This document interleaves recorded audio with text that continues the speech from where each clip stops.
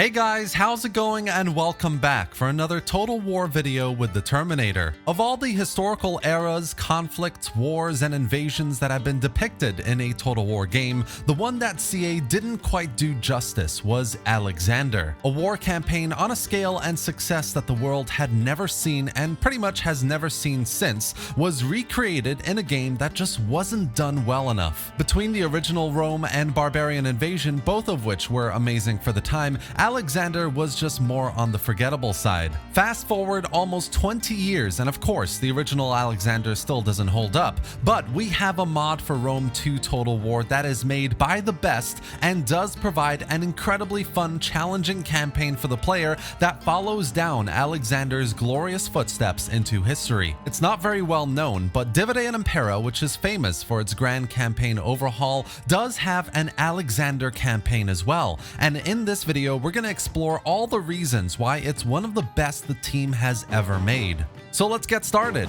The DEI team is made up of highly professional Total War modders who make very high quality mods. Some of them have worked on Shield Wall for Thrones of Britannia, others have been working on Europa Perdita for Attila, and there are loads of other mods made by this team across the other Total War titles as well. Divide Et Impera for Rome 2 is likely their biggest accomplishment, but within DEI there is a little known, highly underrated campaign that they've done as well, and that is Alexander. The vision here, of course, was to recreate the Alexander campaign of Rome Total War, but bigger, better, more polished, and more challenging than ever. There is only one playable faction with Alexander's Macedon, and with this campaign you go through the trials of defeating the Thracian tribes in the north, uniting Greece under one banner, and beginning the long conquest of the Achaemenids, starting from their satrapies in Anatolia, invading their lands in Babylonia, and going as far as you possibly can. Now yes, this means that there are no other playable factions here, but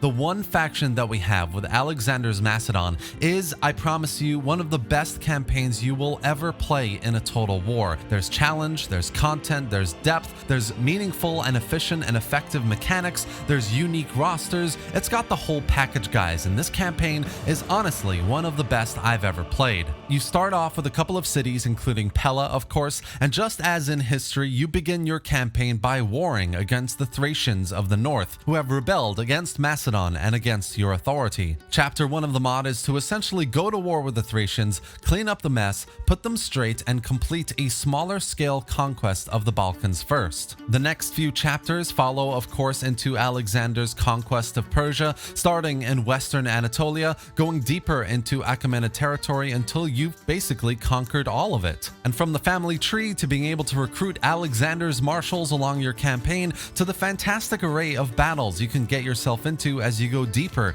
and deeper into Persian territory, this mod has it all. It's a quintessential DEI campaign and a brilliant military conquest that you just absolutely need to try out. But what makes this so unique and interesting to play is the challenge. Aside from the powerful Persian roster that you're up against in the battles, the campaign gets more and more difficult to manage the further you conquer Persian territory. You have to deal with more cities to manage, more avenues for Persia to be able to claw back some of their settlements. Public order needs to be maintained, cultural differences mended, and you have to do your best to keep friendly relations with all your other neighbors. The campaign is especially challenging as it's 12 turns per year, which means you have long winter months to get through that will make maintaining an economy and a happy populace more difficult, make farms less productive, and of course may cause supply lines and ergo armies suffer attrition. So keep all of this in mind as you muster your armies and enact your plan to conquer Persia. It's also worth noting that everything DEI does so well mechanically in the grand campaign,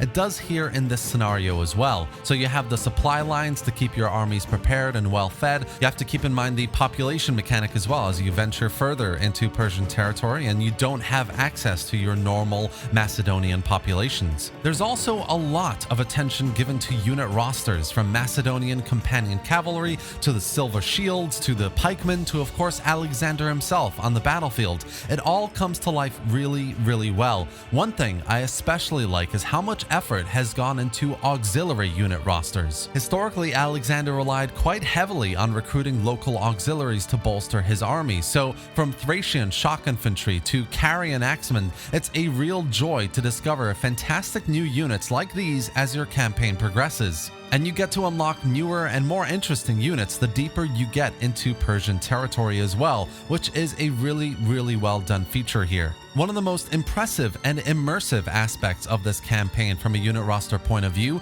is Alexander's 10 recruitable marshals that you can deploy in the battlefield. From Seleucus, son of Antiochus, to Crateros, one of the most skilled military commanders you have at your disposal, each of them come with their own unique units from silver shields to companion cavalry, and they are all incredibly effective in battle, especially against the Persians. And then there are the battles themselves, and it has to be said the Macedonian unit roster tears right through Persian infantry, so I have to recommend you fight the battles in hard difficulty at least to get a proper challenge in your battles. But that being said, it's some of the most fun I've ever had. Sending Sarissa and Heteratoi cavalry into the thousands of pinned infantry pinned down by your hoplites and silver shields is such a satisfying feeling, and as you go deeper into Persian territory, these battles only get bigger and bigger, so it's even more challenging and even more fun.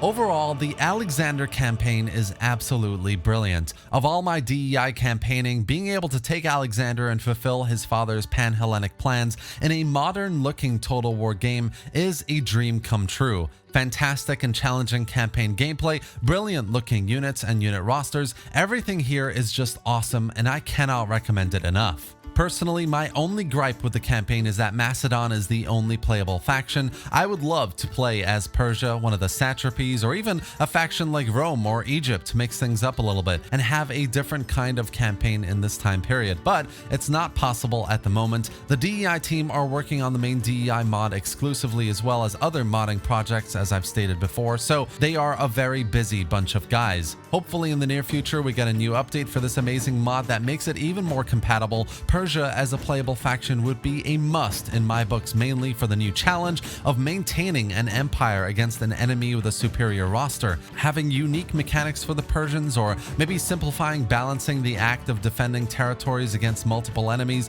would make this faction in this campaign one to remember. At this point, we can only hope.